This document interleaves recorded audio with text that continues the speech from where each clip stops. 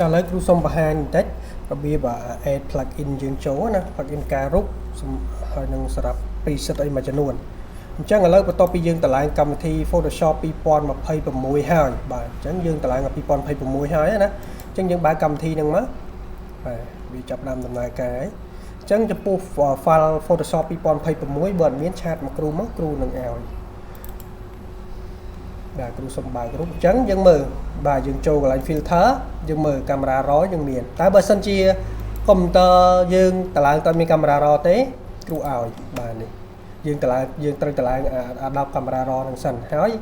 plugin សម្រាប់កែរូបហ្នឹងគឺមាននៅក្នុងនឹងគ្រូដាក់3ពីមុខនេះសល់ប៉ុន្មានទៀតគឺ preset ទេបាទអញ្ចឹងបាទយើងបើកក3នេះមកយើង add 3កម្មវិធីហ្នឹងចូលដើម្បីកែសាច់មុខ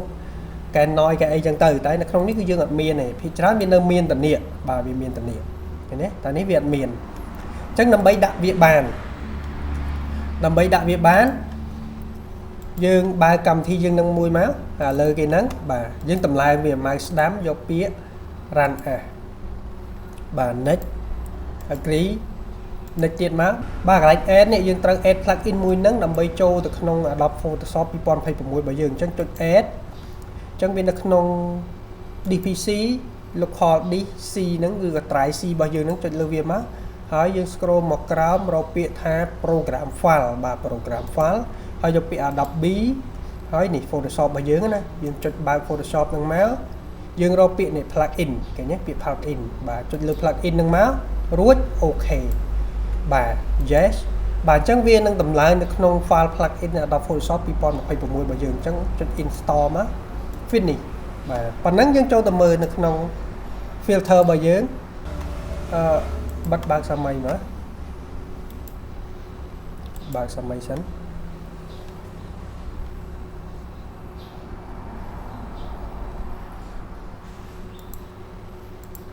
បាទវាមកហើយអញ្ចឹងយើង restart សិនមិញដោយសារយើងនៅជាប់បើកបាទចុច filter មកនេះវាមកឃើញទេបាទបានដល់មួយអញ្ចឹងយើងតម្លើង2ទៀតមកថយមកវិញតម្លើងអាទី2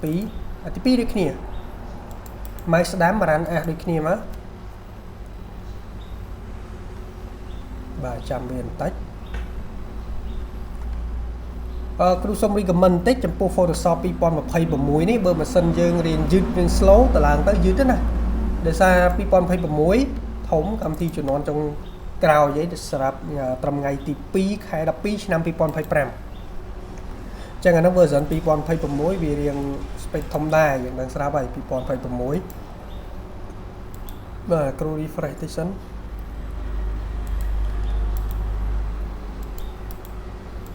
គ្រូសុំបិទ Photoshop តែម្ដងទៅព្រោះយើងតម្លើង2ចាំពេលដែលយើងចូលមើលយើងតម្លើងហើយទាំង3វានៅក្នុងនឹងទាំង3ឲ្យបាទអញ្ចឹងគ្រូសុំខ្វែងចោល refresh តិចទៅដូចចាប់គាំងមិនទេបាទគ្រូតម្លើងអាទី3សិនមកស្ដាំ run as ដូចគ្នាបាទ next agree next បាទ add ដូចគ្នាយើង add ដូចមិញមកបាទចូល DPC ចូល local drive C ចូល program file ចូល Adobe ហើយចូល Photoshop 2026របស់យើង plugin រួច OK yes install finish បាទអញ្ចឹងគ្រូត្រឡប់ទៅអាទី2វិញសារទី2មិញយើងបានតម្លើងយើងអត់តម្លើងបាទមកស្ដាំ run as ទី2ដូចចង់ error មិនទេគ្រូ extract សម័យសិន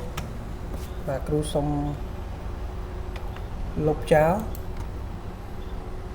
បាទគ្រូ extract ពី file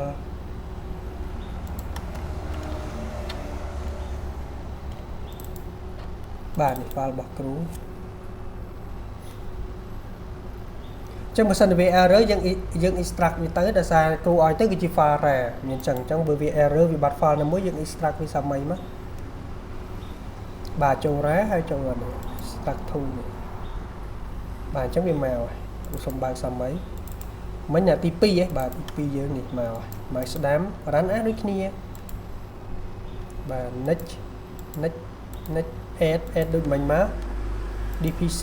local C program file Adobe Photoshop 2026 plugin OK ចេះ install បាទ finish បាទអញ្ចឹងគ្រូសុំបែក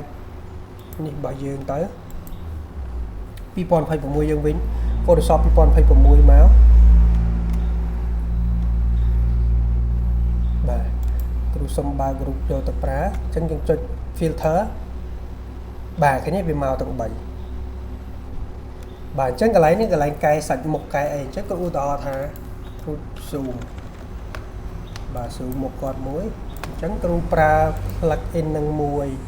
យកទី1បាទយើងមិនកែទេយើងអូខេយកតែម្ដងមកអញ្ចឹងវាចាប់ផ្ដើមកែយើងហ្នឹងអញ្ចឹងចូលអាទី2មើលទី2បាទមិនកែទេអូខេមកយើងមើលសាច់មុខគាត់ឃើញទេរៀងម៉ត់ជាងមុនបន្តិចឃើញទេអញ្ចឹងចូលអាទី3វាថាប៉ុណ្ណឹងស្អាតហើយមិនបាច់កែទៀតទេបាទមិនបាច់កែទៀតទេឃើញប៉ុណ្ណឹងសាច់ស្អាតបាត់ហើយឃើញទេបាទហ្នឹងមួយកន្លែងសម្រាប់កែសាច់មុខស្អាតមួយទៀតបាទគ្រូត្រឡប់វិញទៅបាទអញ្ចឹងពេលដែលគ្រូឲ្យទៅមក folder នេះមក folder ក្នុងហ្នឹងបាទអញ្ចឹង add preset add អីផ្សេងយើងមើលនៅវីដេអូគ្រូបន្តមួយទៀតគ្រូនឹងដាក់ឲ្យ